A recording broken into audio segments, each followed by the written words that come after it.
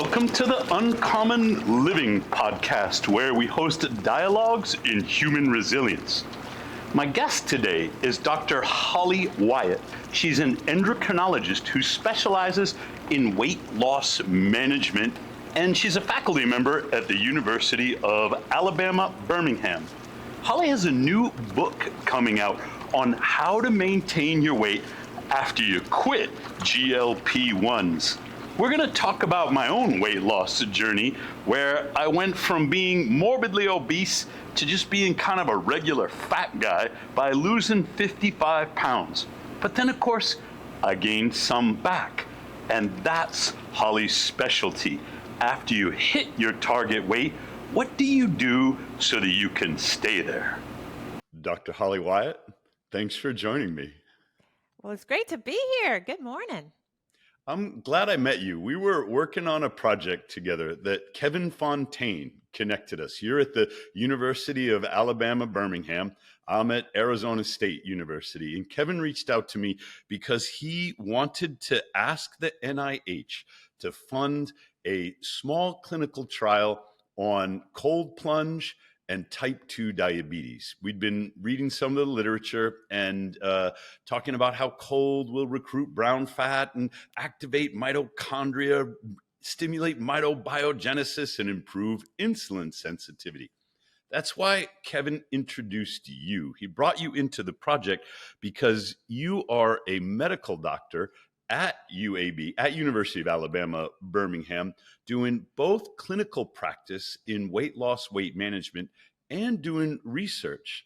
And so I knew I wanted to have you on. Weight loss is something that I've struggled with, that it seems everybody is interested in. And I was hoping that you could talk about what your practice has been like and the way things are changing now. Sure. First off, I say, the reason I love the topic, I'm so glad that Kevin reached out and I met you, is I just love being around researchers that are pushing the envelope, that are asking the questions, that are saying, and have passion and excitement. And so that's why I wanted to be part of the project. So I was excited to be included. But yeah, my main gig, what I really do 24/7 is think about weight loss and helping people not just lose it, but keep it off. My expertise really has been in weight loss maintenance. And up until a year ago, or even maybe 2 years ago, weight loss maintenance wasn't sexy. Nobody wanted to talk about weight loss maintenance. I mean, from a research standpoint, yes, I could get grants and it made sense, but people were still just always interested in losing more weight. They never wanted to switch into how do I keep it off once I've lost it. They hadn't lost enough weight to really ever want to go there. They would say yes, but I always say if I gave a lecture or did a class on weight loss, it was standing room only. And if I did a class on weight loss maintenance, it was, crickets, plenty of seating. You could be in the front row. So people want to be to somewhere where they ain't. That is, they're imagining a leaner, more svelte version of themselves. The last thing they want to do is go to a lecture on how to stay where they are. Is that what you're concluding?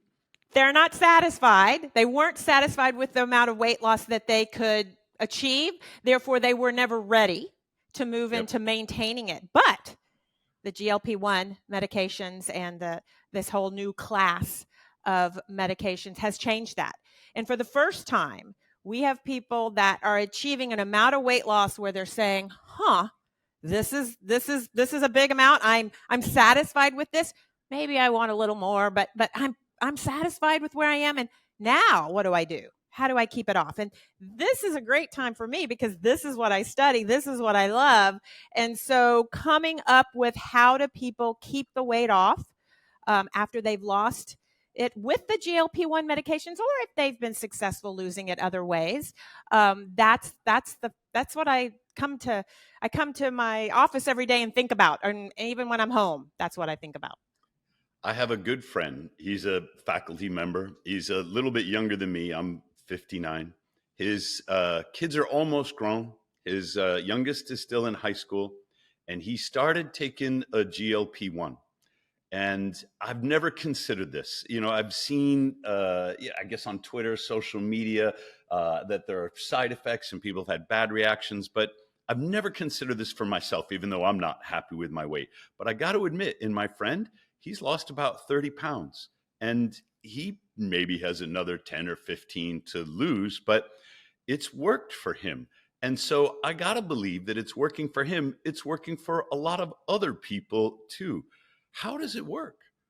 Yeah, so GLP-1 medications, and there's now some combination medications that just aren't focusing on GLP-1, focusing on two hormones, and even some in development that are focusing on three hormones. But basically, they are shutting down appetite.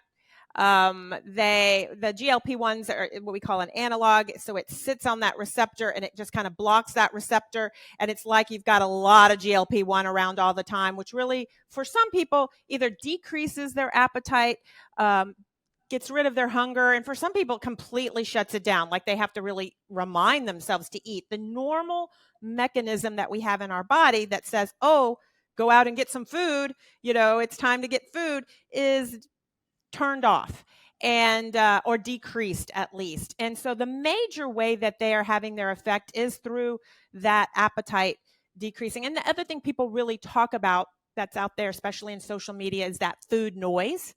Thinking about food. I have a lot of food noise. If there's a package of cookies in my cabinet, or for me, chips, that's my thing. I'm thinking about those chips all the time versus someone else without food noise, like, oh, I think there's some chips in there. I'm not sure, right? I'm thinking, well, when am I going to get to eat the chips? There is a pack of chips. Why, that type of thing. And these medications tend to decrease or get rid of that food noise, which a lot of people has said has been a really new experience for them. They've never lived their life without thinking about food. So it's working by decreasing the amount of food they're eating. The idea that it's a hormone sounds a little scary. You inject yourself with a hormone to reduce your appetite, quiet that food noise, and you might be really happy with the results. But we have, I think, an aversion to the hormones. We know that long-term effects, for example, of steroids or cortisol, even if we get a short-term benefit, can lead to these perverse outcomes. Do you take GLP-1 for a little while, lose a bunch of weight, and then say, I'm good? Or do you have to stay on it for the rest of your life? Yeah, so much good stuff in that question. The first thing is, you're right. When we play with, I'm an endocrinologist, so I think about all kinds of hormones. And typically, if you don't have enough of a hormone, it produces a disease state. If you have too much or you have it turned on all the time, it produces a disease state. So that's why we always have to study these but we change hormones all the time, right? We have thyroid hormone, we have all kinds of hormones we give in different ways, but we have to study it because it could have side effects or have an outcome that would not be acceptable, or we at least need to understand that outcome. But these drugs have been studied, and surprisingly, it's rare where you see something that really takes a level of a hormone up or blocks it completely, that you don't see a lot of negative side effects. But thus far, they're pretty safe. We have not been able to, there's no signal. Now, that doesn't mean we won't find something in the future, but right now there's really no signal. They're fairly safe. Yes, there are some side effects. And I do want to point out they're mostly injectable, but there is an oral form, so they won't always be injectable. But what you said at the end is really the kicker that people need to understand, is if you stop taking the drug, whether you're using the injectable form or whether you're taking the pill, the effect goes away.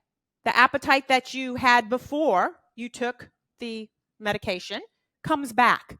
And if your appetite comes back...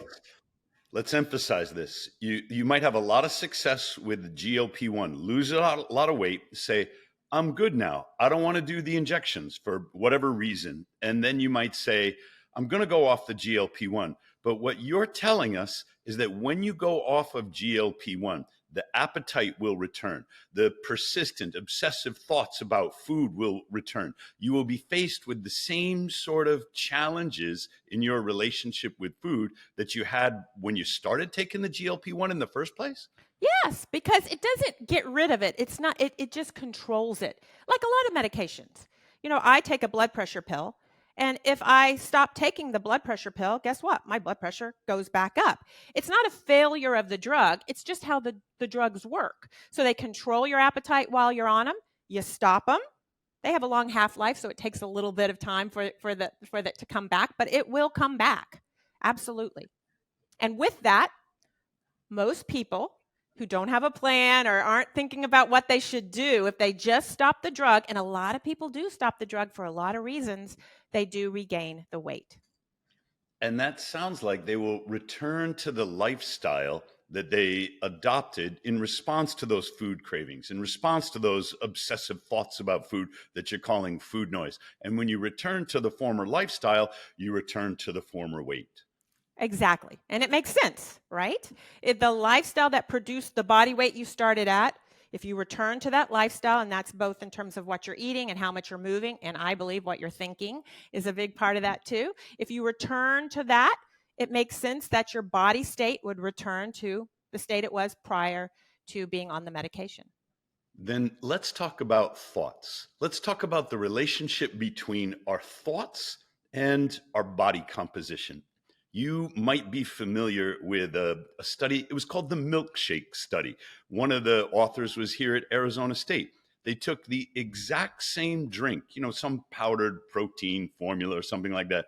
They gave it to a control group, and they said, this is a high calorie dessert. Maybe that was the experimental group, but dessert drink, very rich in nutrients and fat and things like that. And they loved it.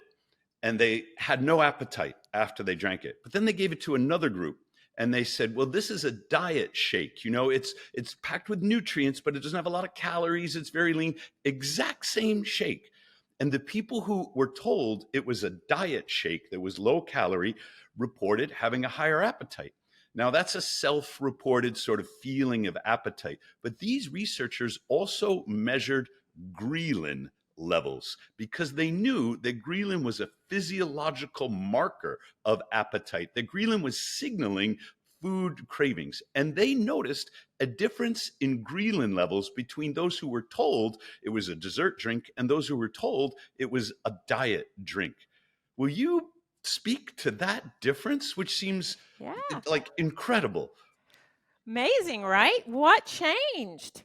Nothing. I mean, what changed but how they perceived what they were receiving, which to me just shows the power of your thoughts and of your mind and the connection even behind or between what you're thinking and what's going on in your body, not just what you're feeling, because you're saying, yes, they had the subjective, I'm full or I'm hungry or I'm, blah, blah, blah, blah, but also physiologically a level changed. Ghrelin levels changed. And that is, I think, to me, not that shocking, but I think a lot of scientists and people don't like to really go there, don't like to really think about it, because that just shows that, wow, we can do a lot with this and we don't understand it. And I think sometimes when we don't, well, what is that? How does that work? What is the connection between thoughts and your physical body? Like what we don't have a blood test. I can't do a tracing of it. We like to understand it, and we don't. However, what I always say, and this is my favorite thing when I'm talking to a scientist or a doctor who's like, Holly, you don't, kind of poo-pooing that I work on the mind as much as I work on what the food that comes in and the physical activity. I'm like, you believe in this stuff. And they're like, no, I don't. Or, whatever. I'm said, you believe in placebo-controlled trials. Of course. Why Yep. do we do a placebo-controlled trial? Why do we give half the people a blinded placebo-controlled trial? Half the people the real thing and half the people a fake pill, and don't tell them. It's exactly for that reason, because we know that can happen. And when we're studying the medication, we want to say, what is the impact of just the medication, not the impact of the mind? Well, the mind is how I successfully lost a lot of weight. my son has diabetes. And so as an endocrinologist, you understand what we're dealing with. We're injecting him every day with insulin and had to learn a lot about low carb. He was diagnosed in 2001, and the Atkins diet and Atkins products were coming onto the market around then. So I was very concerned with insulin, body composition, but not my own, just my son's. And so I'm almost 6 feet tall. I had ballooned up to 250 pounds when I realized I had preoccupied myself with my children's metabolic health and I had ignored my own. But none of those Atkins bars or low carb or even experimenting with keto that I was doing to try and understand my son's metabolism better were working for me for weight loss. I am a college professor. I'm fairly sedentary. You go to campus, there's always donuts or pizza or whatever that is going around. I needed to make a change to lose a lot of weight. I went from 250 down to about 190. I was a little less Wow. at my lowest, right? I lost 60 pounds. And Nice. I was losing it so well and so fast that when I went to a conference that I was hosting, my faculty friends, they hadn't seen me in several months, and they came up and they said, Tom, are you okay? Do you have cancer? Like Mm. you look really thin. Now, I thought I looked great. Other people who watched me lose the weight told me that I looked great. But I wasn't expecting, if you gain a lot of weight, people are polite and they don't comment on it. If you lose a lot of weight, people will say, "Are you sick?" Which was not the reaction that I thought I was going to get. So I said, "No, I'm just not eating things that aren't good for me anymore." This is the mental change that made. I didn't put myself on a caloric restriction diet. I put myself on a great food diet. I promised myself that I would not eat anything unless it was great. It didn't have to be homemade, but it had to be fresh made. Like, I didn't want processed food. I had a rule: no food that is wrapped in plastic wrap. So I wasn't going to eat at the gas station anymore. I wasn't going to eat the fast food. I was going to hold out for great food. You can have a great breakfast. You can have a great croissant. You can have a great dinner and you can feel full, but I wasn't going to eat it if it wasn't great. I made that promise to myself, and the food noise stopped because the donuts that showed up, in the kitchen, on the floor, in our research lab where we are, I used to look at them and they would kind of haunt my thoughts. And now I said, "No, I don't eat that." It was like an identity switch and I became blind to those donuts. I remember going to one of these faculty workshop lunch events, and the box lunches are all out, and I'm not eating anything. And one of the colleagues sitting next to me, she asked, "Oh, did they run out of lunches?" No, no. She said, "Oh, well, I'd be happy to share some of mine." And I said, "I'm eating exactly what I want to eat right now. I don't want the chips. I don't want the turkey sandwich wrapped in cellophane. I don't want anything else that, the little candy bar that was all in these faculty box lunches." And I didn't feel like I missed it because I had made this mental identity switch. I quit drinking alcohol and I quit eating anything that wasn't great.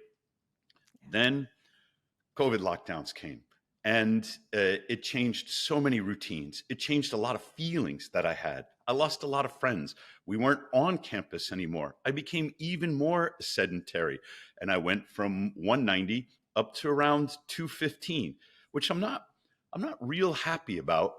But what I noticed was my priorities changed. Just like when my kids were young and my priority was their metabolism. When the lockdowns came, my priorities changed. I didn't value the physique or the state of metabolic health that I had attained. I was getting much more into ice baths. I was afraid of my PSA. I was becoming more aware of the complexities of metabolism. It's not just the body composition. And I became more, let's say, politically astute. My priorities changed. I don't think I have the same feelings about food that I had when I ballooned up to 250. Right now, I weigh about 210. And I wish it was a little less too, Holly, but I don't feel the same sort of shame about it that I used to have. Do you encounter a lot of people who have an emotional relationship with food like I had? Oh, of course. Food is emotional, right? It brings in emotions and feelings and all kinds of things. There's so many good things in your story, and it's I can see the themes that come out. The very first theme that I like for you is you found a diet, a way of eating. I call a diet the way you eat. I know people like, I don't go on a diet. I just consider the diet is the way you eat. You found a way of eating that worked for you, you know, just putting great things in my mouth, right? That worked for you. And that's one of the things in the field we're trying to understand better is which diets or which ways of eating match with a person. And we've gotten away from there's only one way. Everybody needs to do low carb. Everybody needs to do what you did. No, I don't think that. I think it's about matching and personalizing and individualizing. Kind of for the reasons you said. It's got to have meaning to you. It's got to matter to you. It's got to fit with you. And the second thing is identity alignment. And you said it. And we've even published a paper on this. When we see people who are successful, because we've been studying people who are successful at keeping weight off for a long time, they align with a new identity. So Tell us about that identity alignment study. well, this was looking at identity and having a new identity. You know, a lot of times people, when they start to lose weight, they don't see themselves as an exerciser, or they don't see themselves as someone who eats vegetables, or they don't see themselves as someone who can be successful at weight loss. Their identity is with a person who has obesity or a person who has a weight problem. You know, it's complex, but they have some identity. We all do. And when you change, you've got to kind of that your identity changes, and you got to kind of align with this new identity, which is exactly what you did. You said, "Oh, this way of eating fits with who I am now." And when your behaviors are matched up or aligned with who you are and what has meaning to you, which is the other thing you said, this is meaningful to me, it's important to me, not necessarily to the person sitting next to me, but to me. When all that lines up, it feels good and emotionally feels right. And that is one of the things we need to work on and have people recognize and spend some time on it. Just like we spend time on how are you going to get this many minutes of activity in, how are we also going to put some time in on this identity alignment and who you're becoming and keeping up. And the last thing is it evolves. And this your story is perfect because it really shows some key pieces that people don't think about. It isn't always going to be the same thing. One of the number one questions I get is, Holly, when will I not have to think about this anymore? When will Right. I be done? I'm sorry, guys. No, I don't really think you want to be done anyway. I think that means you're dead, and then I don't think you're done either. But whatever, your life is evolving, and as your life evolves, what's important to you, which is what you said, evolves, and everything changes, and you got to catch up and keep up with it, and that's when it feels good, and that's when I think you're more successful with your behaviors, matching who you are, where you're going, what's important to you. And that's when we have true success, not just in keeping a weight off, but true success in your life, which is really what we're about. This makes a ton of sense. My mother was an athlete. She was a swimmer. She was terrific, but she struggled with body image and weight issues her whole life. And I watched that struggle. She taught me, for example, to count calories. This is the 1970s, and she suffered from a lot of misconceptions that were coming out of like processed food propaganda. She fed us Lucky Charms cereal because she says it has a lot of vitamins in it. Well, it does. If you read the nutrition label, they spray a lot of vitamins onto those marshmallows, and then they try and convince mom that it's good for the kids. It's terrible for the kids. She told me that I couldn't eat the eggs. They were bad for me because they contained cholesterol. Now we know that eggs are a superfood.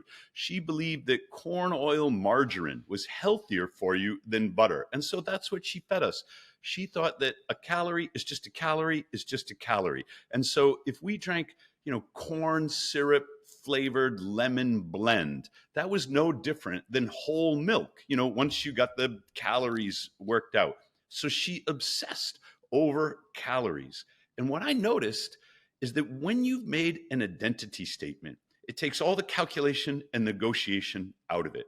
You don't say, how much of the candy bar can I eat? How much of the soda can I have? How many potato chips am I allowed to substitute for the carrots that I would have otherwise? And you don't do all this mathematics and this negotiation, these trade-offs in your head. You just say, I don't eat that. And the Mm. decision is over, and you get to move on to the rest of your life. The most powerful thing for me, well, what I discovered first, maybe it's not the most powerful, but I discovered first is that once I made that identity statement, my life got simple. I don't eat that. And you know why I don't eat that? Because it's not fresh, or because it's not homemade, or because it's not great, in whatever my definition of great Yeah. might be, because it's not the experience that I'm seeking. And then I could move on. Yeah. So science evolves. That's what you talked about, how we used to think, about eggs and a calorie is a calorie. And it wasn't that it was a secret or we knew the real truth and we were hiding it. No, with the data we had, the way we had studied it, that's what we thought. And just like anything else, we prove and disprove and we launch new hypotheses and we figure things out and it evolves just like people evolve. I will say that what you did has a lot of the good elements that I think we need to be bringing out. I also will say, though, not the way you did it won't work for everybody. And there Mm-hmm. are certain individuals that I work with that do need to count calories. Their appetite regulation is such that if they don't, then they are going to eat too many calories. Now, we may also work with physical activity. We're not going to just work with that. I mean, but what I like to point out to people is we really have to get away from the one way. It's Mm-hmm. really about figuring out what will work for you. And I know we like the simple, easy magic, just do this one thing. It's so easy. If that was the case, we would have figured that out, I think, by now. So we need to get away from this. There's a secret, and if I just knew this one secret, instead of saying the secret is figuring out with all the tools we have, with all the science and knowledge we have, what will work for me. This is really insightful. Part of my journey coincide with my wife. We're divorced now, but at the time, my wife, she was getting sober, and she decided to do a 12-step program, which isn't for everybody, but it had worked for her siblings, and she's going to enroll in that.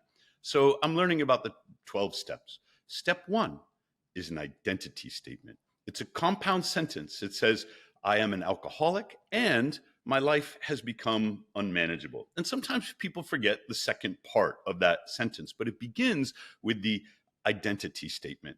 And the identity statement, I think, is a powerful way of taking out a lot of that noise, simplifying the complex decisions. The people who rationalize with themselves and say, oh, I'm just going to have one, or I'm going to cut back. The alcoholic already knows they don't drink. They can't have one. They're not seeking to drink in moderation. I think it was David Bowie who said, nope, I don't drink at all. And some naive reporter said, why not? He said, because it would kill me. And this is now a simplified way. Maybe the reason the identity statement worked for me is because she was going through a similar thing, and it was reinforced by watching her go through the 12 steps. And it was a good way for me to simplify my life. That's a perfect example of how some people can drink some alcohol and it works, right? Moderation of alcohol. And some people can't at all. And I think there's a similar thing there with food and maybe counting calories or certain foods that maybe, for me, certain foods I eat very, very rarely. They just don't work with my metabolism and I get off track really easily with them. So that's a perfect example of how one solution doesn't work for everybody. But bringing that identity in, I do think that's a key shift that people don't do. We don't spend time on that. And I do think Right. you figured that out. I have a class right now, I call it Stay to Slim Evolve, and it's about becoming, it's about identity shift. It's about then on Saturdays, I call it Catch Up Saturday. What do we need to do to catch up with who we're becoming? Let's spend Mhm. some time on that. And let's spend some time on what we're eating and how much we're moving and all of that. But that's a key part of it. And while Someone's identity won't be the same as your identity, or what's important to you in your identity may not be important to what somebody else's identity is about. There's no wrong or right in identity. Recognizing that identity and the power it has for you and the fact that it is changing, and are you aware of it? Absolutely critical. Let me ask you then, when we're going into the emotions, when my wife was going through AA, I went to Al-Anon. And one of the things that I figured out in Al-Anon was, although I thought alcohol was the problem, alcohol was not the problem. Alcohol was her search for a solution. There was a deeper rooted emotional management problem. And for her, alcohol was a temporary solution from avoiding some really difficult emotions, that she was going to have to go deep into those. That even though I thought if she just quit drinking, it would be fine. No, it wasn't fine, which is why she started drinking in the first place. That got me thinking, why am I fat? I used to think that obesity was the problem. And I said, no. What if the same thing applies to me?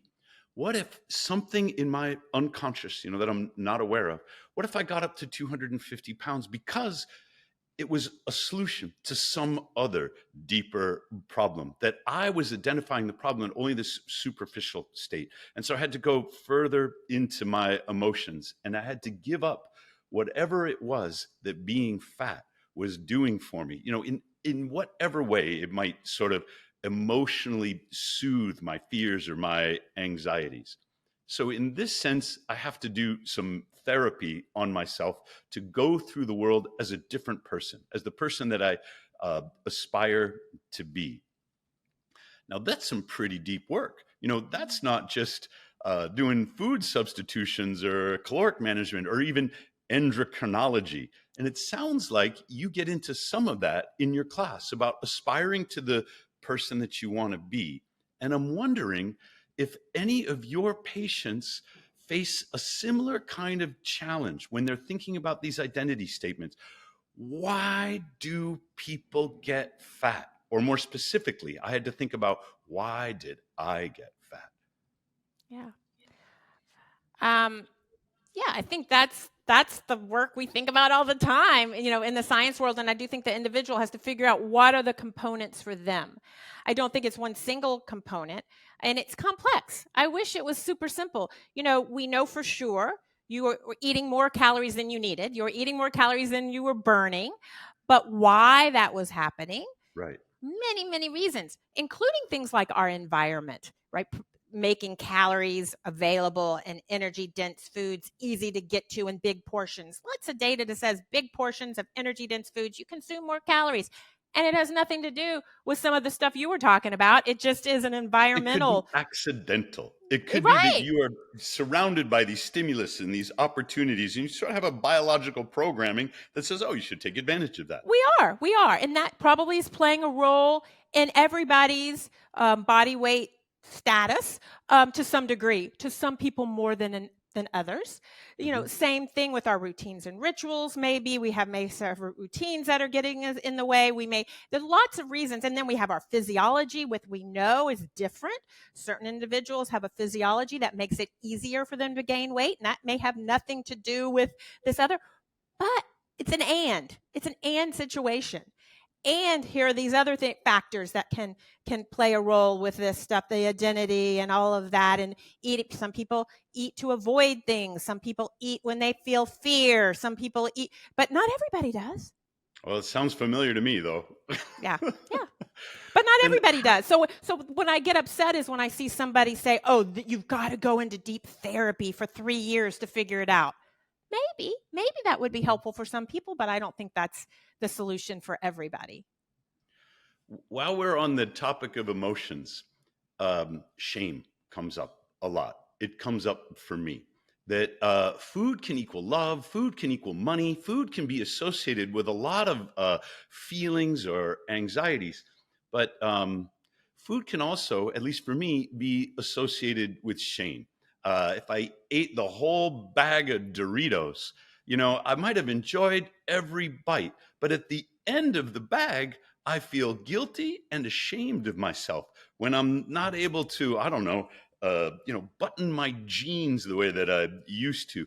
There's something about my psyche that feels morally bad, like I'm a bad person for being fat.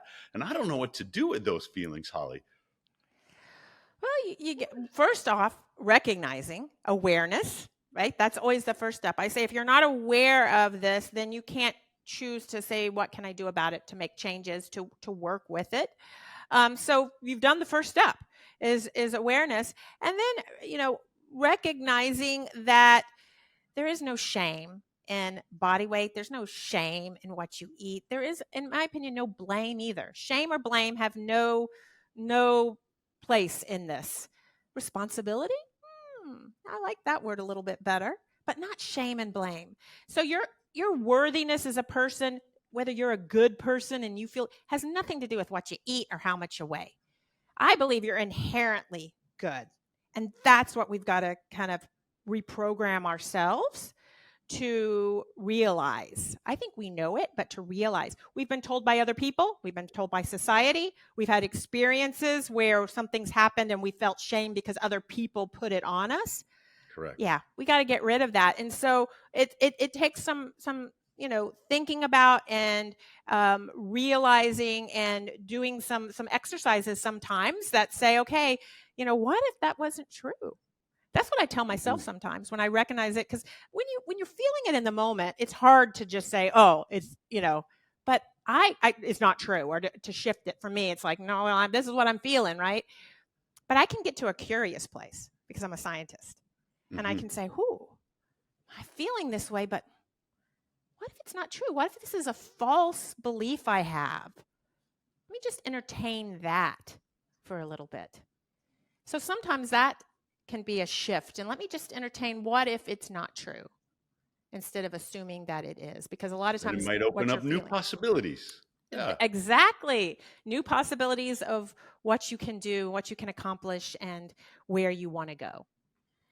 When you have a patient who is ready to transition from weight loss, whether that's with GLP-1 or without it, to weight management, and you know that there's going to be lifestyle adjustments, how do you counsel that patient? Finally, you're asking the question I love. This is the question I just like talking about myself too much. No, I've been waiting the whole time. Now, this is what my whole career is about, is what do you do? And I do believe that losing weight is different than maintaining it. So what you do to lose the weight, I don't believe what works best to be in a negative energy balance and to burn fat and to lose body fat is not the same strategies that work best to keep you in energy balance at a new lower body weight after you've lost weight. The strategies, the toolbox, as I put it, are different. And that's number one, recognizing that. But you do need to go into weight loss maintenance. What you did before, if you go back, that's the yo-yo, that's the regain. But you can shift. And one of the things, I have a book coming out in December called Losing the Weight Loss Meds, specifically for people who are ready to be in weight loss maintenance and perhaps they want to try it without the medication. If you stay on the medication, it keeps your appetite low, you'll maintain your weight loss. But we know there's a lot of people who want to try off the medications, or maybe can't continue on the medications, or maybe they don't feel good on the medications. They feel nauseous. They never enjoy food anymore. There's lots of reasons. And for those, I don't want them to go back to what they were before because I know it's going to happen. What can you do? And there are definite strategies you can use to help maintain.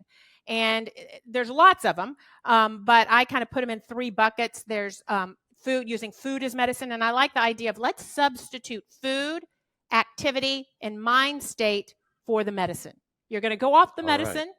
Let's put those things in place. And I will point out, it will work for people who want to maintain, and even if they didn't lose the weight on the medicine. But we've got a lot of people now with the GLP-1 saying, okay, I've lost 50 pounds, 60 pounds.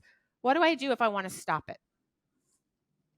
Okay, so the three categories. The third was mindset. The second was activity. And the first was food. Yeah, physical activity, moving your body, physical activity. And do you have recommendations in each of these three categories? Oh, Yeah. So how we set up the book is I call it a playbook, a play, like you're playing a game and you have plays like a football team, has, okay, when it's, 4th and 1, here are some plays, or when we're on the other side, here's a play, or when, here's a special, play. And so because it isn't one size fits all, that's what makes this hard in terms of putting it in a book for somebody. Is people like to say, here's the one way, and it'll work for some people, but doesn't work for everybody. So this has a lot of plays, and it really is about figuring out which of the plays work best for you. And then I do think having plays that are geared toward the food, having plays that are geared toward physical activity, we lots of data about the power and importance of physical activity, not just in body weight regulation, but in our life, in making our life and our whole body work better, and therefore our life better. And then the third, which is not typically what people talk about, is, we call it mind state, which is a little bit more than just mindset. It's also how you react and act, in addition to what you think about and your perception. To me, is just as important as the food and the physical activity. So we have those 3 buckets. We make it fun. I always say, why do we feel like we got to struggle through this? Let me just grip my teeth and hold on for dear life and get through it. There's no getting through it, guys. This is your life. And so let's make it fun. So it is a playbook. There's a lot of, it's not something that, it's not a warrior. We actually call it a voyager, right? It's a voyager, because that feeling, right, of it's a great metaphor. Forward. Yeah. Yep. Life is a journey. You know that I'm an ice bath guy. I'm in my ice bath every day. And a lot of my competitors who, they don't think about science, they don't worry about that stuff, they sell ice baths as if it's going to be a weight loss technique. And it is true that when you get into the ice bath, you can monitor this with a continuous glucose monitor and a continuous ketone monitor. You will see glucose clear from your bloodstream. You will see ketones boost almost immediately. You know that you are burning fat. And the logic of the ice bath is, well, if I get in the ice bath and I'm burning fat, it must be improving my body composition and helping me lose weight. And that is not the case. But it's not the case for complex reasons. What I've found is that even though you rev up your metabolism during the ice bath and you stay at a higher basal metabolic rate for hours, at night, your core body temperature drops a little extra. You sleep great, but your metabolism slows down. It compensates for the additional calories that you burnt when you're in the ice bath, and it allows your body to rebuild some of those subcutaneous fat stores. But body's pretty smart, isn't it? Isn't it? Like, the way that it will work towards homeostasis is amazing. I don't know how many ice baths I've done, thousands every day for years now, and I'm still 25% body fat. If ice baths were going to get you ripped, I would have abs. And that's not the case for me. And so selling the ice bath as if it will be a weight loss tool is false. Now, the ice bath is good for the metabolism. It will improve insulin sensitivity. It will improve a lot of markers. Your HbA1c will come down. Your triglyceride to HDL ratio will come down. So a lot of metabolic markers will improve, but weight, probably not more than 5-10 pounds of inflammation, or you might get a little boost at the beginning. What I've discovered is not much after that. Now, this is what I've been reading and what I've been experiencing, but you're the endocrinologist, and I'm throwing it out here for you to comment. You can tell me I'm full of crap and I won't be offended, or to get your reactions to it. About it not being effective for weight loss? Right. Well, I think alone, and for you have your own data, it didn't work for you. I'm not there yet to say it won't have any role in anybody, and especially when combined with some other things, because you are seeing some metabolic changes that seem to be beneficial. But you're right. You have to study 24 hours. We learned that the hard way. We do put people in what's called a whole room calorimeter, where we can study everything. And we have one at UAB, and there's several of these across the country.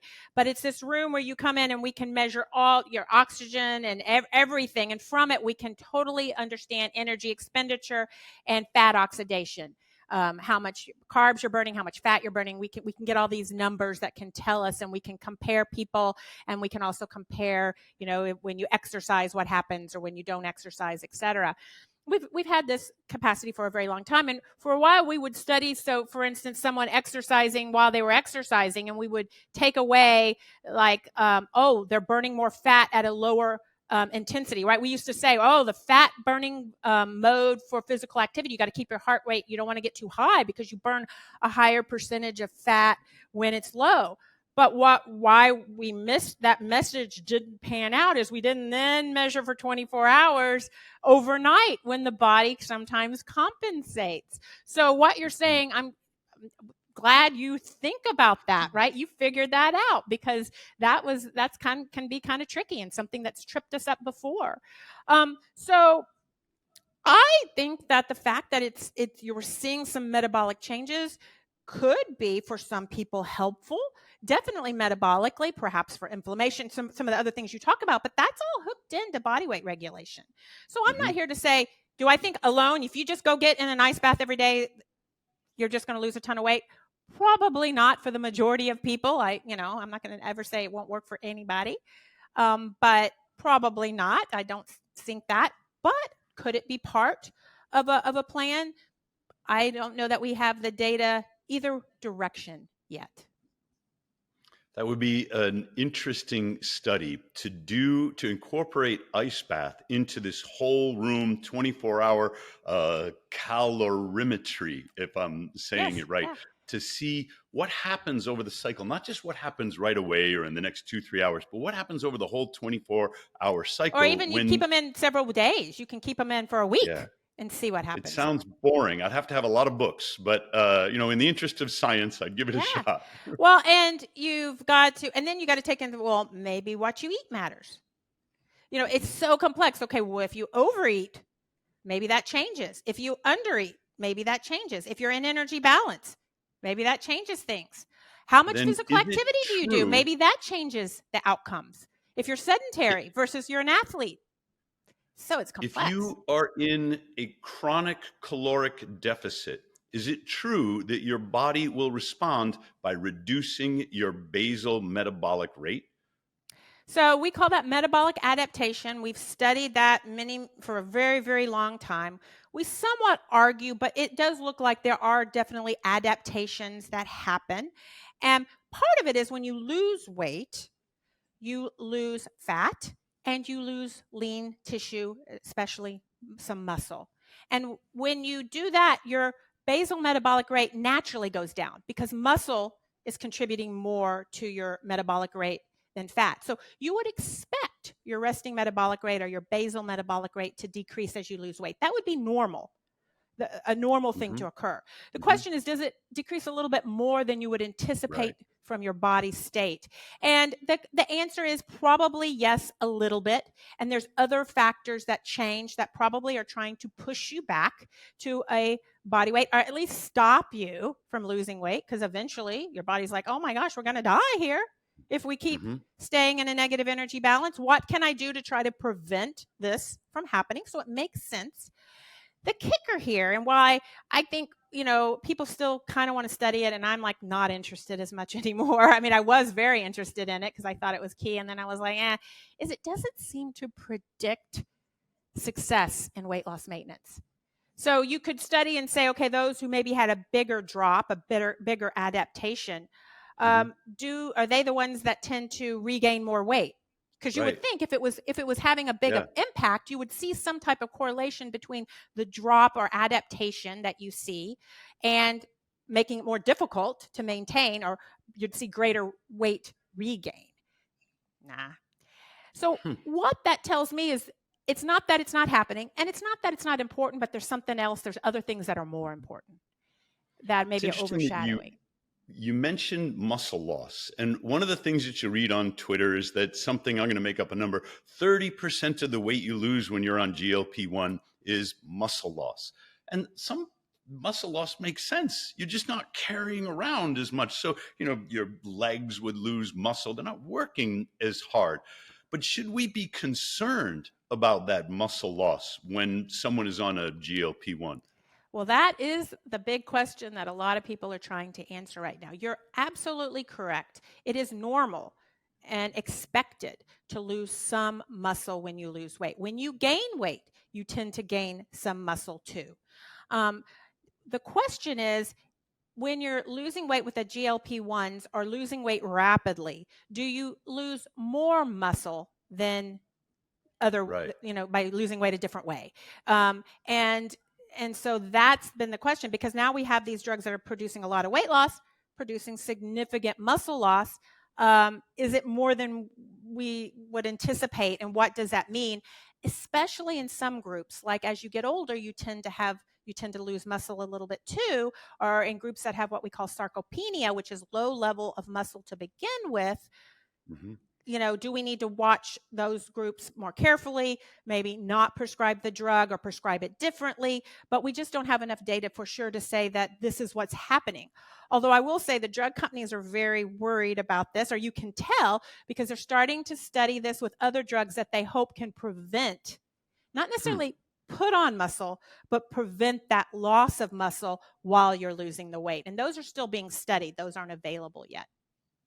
Well, there is a molecule called myostatin, which will regulate body composition. And I'm trying to remember, if you are deficient in myostatin, then the energy goes into building muscle rather than being stored in fat, if I'm remembering this Correct. correctly. Myostatin acts as a negative regulator on muscle growth. So if you have myostatin, it's going to inhibit muscle growth. So why aren't we just managing myostatin levels? Well, we have tried before, and Tell me it about the didn't. try. I don't know all the tries, but we have. We've Yeah. tried before, and a couple things. Sometimes there was a negative side effect, and sometimes it put on muscle or it increased muscle, but the function of the muscle. It's not just about the muscle, right? It's also about Hmm. the functionality of the muscle. And some of Hmm. the compounds that were studied, the pharmaceutical companies, it just because it puts on muscle doesn't mean necessarily it's a good thing. So in the past, this was studied, and no compound really made it through to being put out there for use. But now science has advanced. The pharmaceutical companies, there's even a bigger need. So there's multiple different compounds being studied, looking at modulating myostatin in some way. There's different ways to go about it, but looking at that. So that's the power of science and the evolution of science really coming out here. The other obvious choice is testosterone. The only trend in the last 2-3 years that could possibly rival GLP-1 seems to be hormone replacement therapy or exogenous testosterone supplementation, both in men and women. And because testosterone will modify body composition, why not combine the GLP-1 to reduce your appetite with testosterone in order to improve your muscle mass? Seems Well, obvious, doesn't it? once again, you got to need studies to prove that it helps, and also studies to say it's not going to cause more harm. If you're deficient, I always say if you're deficient in a hormone or you're deficient in a vitamin, replacing it makes sense and usually is associated with better outcomes, right? Good outcomes. Mhm. If it's normal and you're just going for above the normal range, then you got to be a little bit more careful, because there could be a negative outcome or it may have no outcome. I mean, that's the big problem I think sometimes with vitamins is you'll see a study and it'll be like, oh yes, this vitamin did this, but it was in people who were deficient. And people will then Mhm. say, oh, it works this way in everybody. I'm like, well, maybe not. If you're not deficient to start with, you may be just taking that vitamin and then, really expensive urine, right? Because you just, you Yeah, know, because you don't you're need not it. Doesn't do absorbing it. It's anything. going Yeah. straight through. Yeah. I am not a fan of TRT. I would rather that men and women try mitochondrial therapies before they get on exogenous testosterone. And I understand if a man is down in the 200s, that impacts his mood, it impacts his drive. You might choose TRT because he's got no motivation to do ice bath or to do exercise or to do other things in his life until you can get him up into the 500-600 range. But for me, I want to see people choose the I want to say natural, that might not be the right way to say it. I want people to attempt to understand why they're low in the first place. And typically some kind of mitochondrial impairment. Testosterone and all sex hormone synthesis originates in the mitochondria. If your mitochondria are dysfunctional, disordered, impaired, then you are metabolically dysfunctional, disordered, and impaired. And your sex hormone synthesis is impaired as well. When you fix the metabolism, you can fix the sex hormones and improve the body composition at the same time. So even though I said, hey, why not just do this? It makes sense. I'm being facetious. I'm saying, let's not combine these. Just like with GLP-1, I don't know if I'm ever going to try them. I want to get back into that mindset of thinking of myself as a thin person, identifying myself and not necessarily ripped, but as someone who's a little more lean than I am now, going back to this sort of great food diet and seeing if that will take me to the 190, 195 that I was proud to be at before. It raises a question. What do you think of intermittent fasting? Yeah, I can talk about that. But I want to say, I love that you figured out what works for you, what feels good for you, what you want to do. And that's what I think you should run with. I also want to point out there is no shame in going on the GLP-1 medicines. Just because it doesn't align with you and what is important to you and what feels good to you doesn't mean it isn't a perfect fit for somebody else. And that's where I'm saying we definitely have to make sure no one feels shame for the medications or for doing what is going to work for them, figuring that out. I tell my friend I'm proud of him and he looks great. Yes. Because he does. Yes. And so I just want to make sure we put that in there. There's another phenomenon called a GLP-1 face that's going around Twitter. What is that? So that's, they talk about it's wrinkles and kind of sagging. And, as you get older, that kind of happens anyway. But if you lose weight all over. You lose weight in your face, just like you lose weight in your butt and your hips and your stomach. And with that kind of comes this new facial structure, and the skin may change shape and your face may change shape. And because people are losing it and people are noticing, they'll notice it in their face too. There's no data to say that it's targeting that or there's something else going on, but probably besides just some fat loss in your face. But intermittent fasting, we come back to that because I do think that's a hot topic. And I am excited about some of the new data coming out. There's a new paper that was in the Annals about 4-3 fasting. And we've been using it. I've been using it in some of my State of Slim, and I'm talking about it in the new book. The idea, I think we were meant to have periods where we have food coming in, and we were meant to have periods where we don't have food coming in, fasting. And our body may work better with that. It may be designed to do that. And we had kind of moved into a society and an environment where we ate food all the time.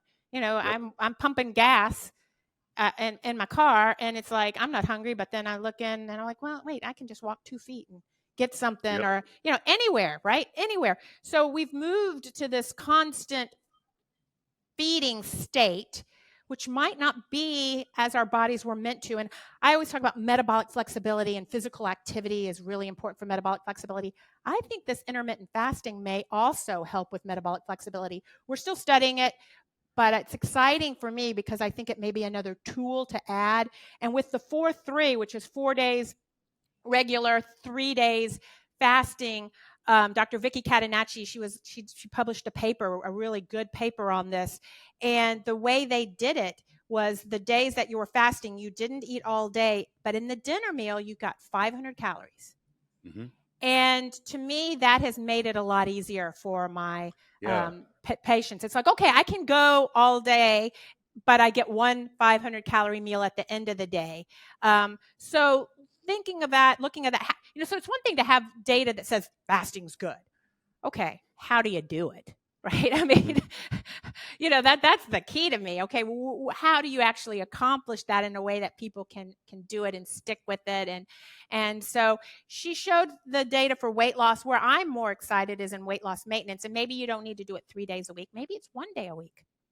So maybe you're you're doing some intermittent fasting or 4-3 fasting. You got your physical activity up there, so your metabolism's flexible. It balances out. It helps your body stay in homeostasis.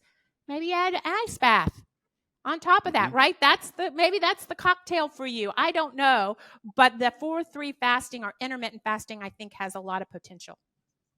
Well, there was something that I did when I was losing a lot of weight that made an impression on people. I might be traveling, or I'd find a new bakery, or we'd be at a conference or something. I'd go on Yelp and I'd find I'm looking for that great food. I'd walk into the bakery. I remember this in Portland, and people, of course, say, "Well, what would you like?" And everything looks so good. I'd say, "Well, one of each," and I'd get 12, 15 different baked goods because I want to try them all. And I would part of my great food diet was occasionally gorging myself on desserts and carbohydrates and things that are stuffed with sweetened ricotta cheese and whatever else was out there. This, paradoxically, perhaps it's not a paradox, but this worked for me.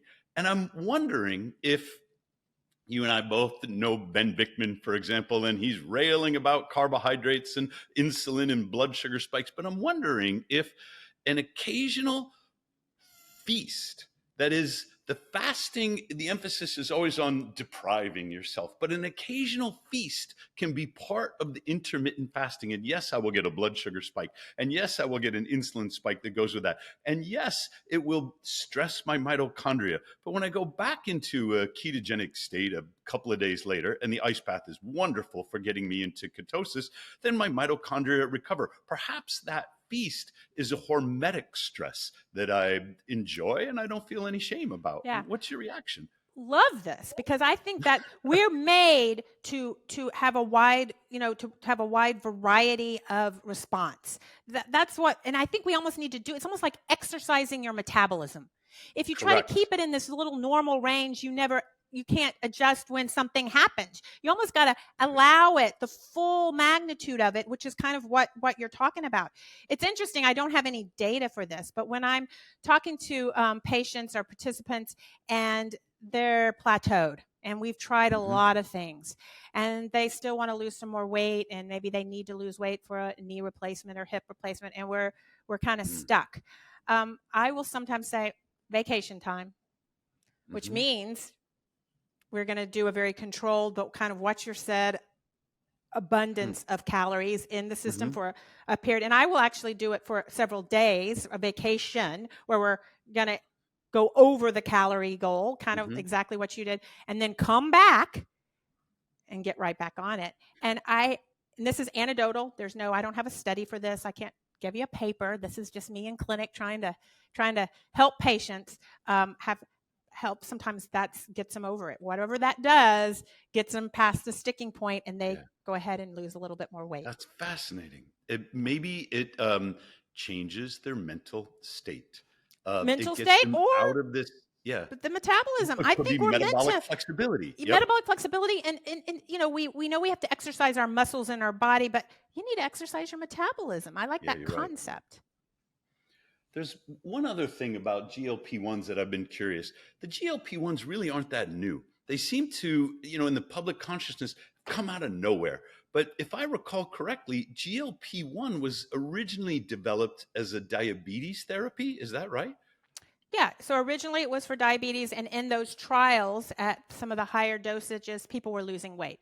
Now, they weren't losing quite as much weight as they're losing now. So they kind of reformulated, re-looked at the dosage, and then did the studies to look at it just for body weight, for the indication of body weight, not for the indication of blood glucose lowering, which it was initially for.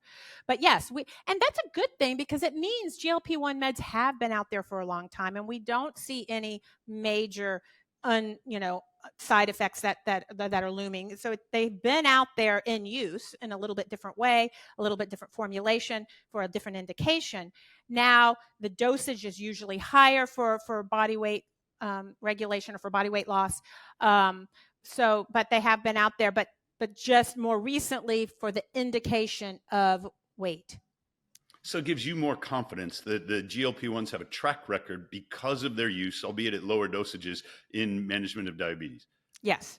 Yes, because that makes sense, right? In more people for longer, if there's something going on, we're more likely to see it.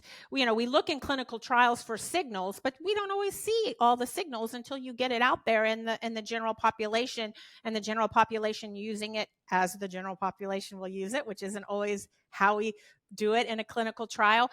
But over time, you think if there's some major things, doctors will start to see it, and will start talking, and will start saying, I'm seeing this in my patients, I'm seeing this in my patients. And so that is good that it's been out there. It is reassuring.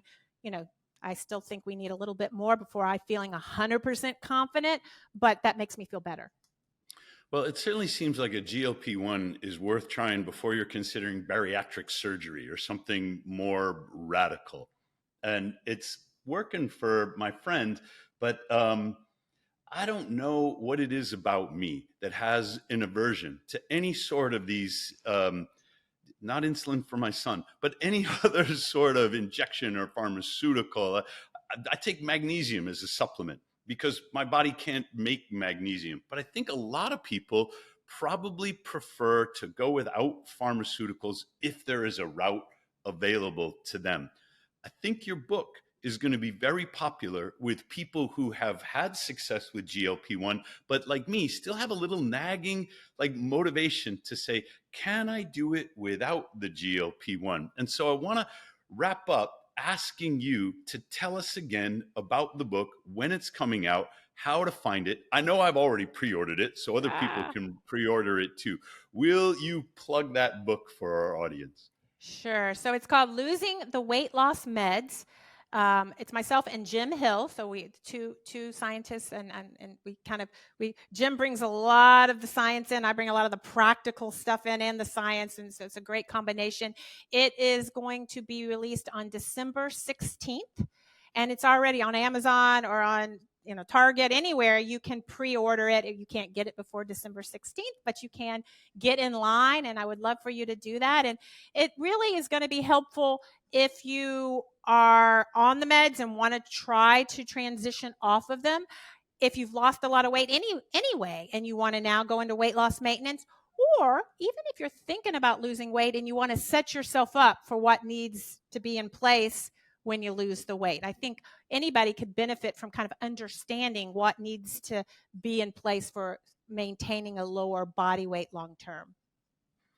What's really an interesting coincidence for me is that your publisher for your book, Ben Bella Books, is the same publisher that has published Ben Bickman's Why We Get Sick, all about insulin resistance as being at the origin of every leading cause of death from chronic illness. It's the same publisher as Chris Palmer's Brain Energy, where he's taking metabolic approaches to mental health. And now we have a series of these three accomplished academic authors talking about metabolism in mental health, in chronic illness, and in weight management. I'd love to get the three of you together and compare sort of the journeys. What were the motivations that caused you to write your books? What was it like working with an editor to try and get a book out there, even as an academic, that would be popular with readers who don't have an advanced graduate degree?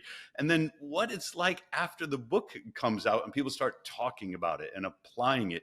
There is a big change since the lockdowns ended in metabolic awareness and metabolic health. And it isn't necessarily everyone, but I think on the whole, the country is becoming more aware of metabolic health as being the core to anti-aging, to extending health span, to longevity, and to avoiding chronic illness. Is that your sense too? I agree. I think people are wanting more, right? So it's not that they don't want necessarily to lose weight, to change their body state, but they don't, it's bigger than that. And that's where you're kind of seeing more of a holistic approach to it, thinking bigger. And that's the other thing. When people lose the weight on the GLP-1, sometimes they think that their whole life's going to change. And I'm like, no, you got to change some other things too, right? It's not just that. And so this holistic, bigger than just one thing. So I would love to sit down with some other forward thinkers, I always say, right? Yeah. On the edge, really pushing this forward. I would love to sit down and have a conversation. I think that's a great idea. Great. I'm going to see if I can put together a panel and put Doctors Wyatt, Palmer, and Bickman on it and compare stories and different approaches to metabolism. That would be a fun thing to do next summer. I'm glad you're open to it. Definitely fun. I would really enjoy that. Holly, thank you for joining me. Thank you for having me. This was interesting. I love this conversation when we get to talk about all the things we love. So thank you so I'm much. glad we did it.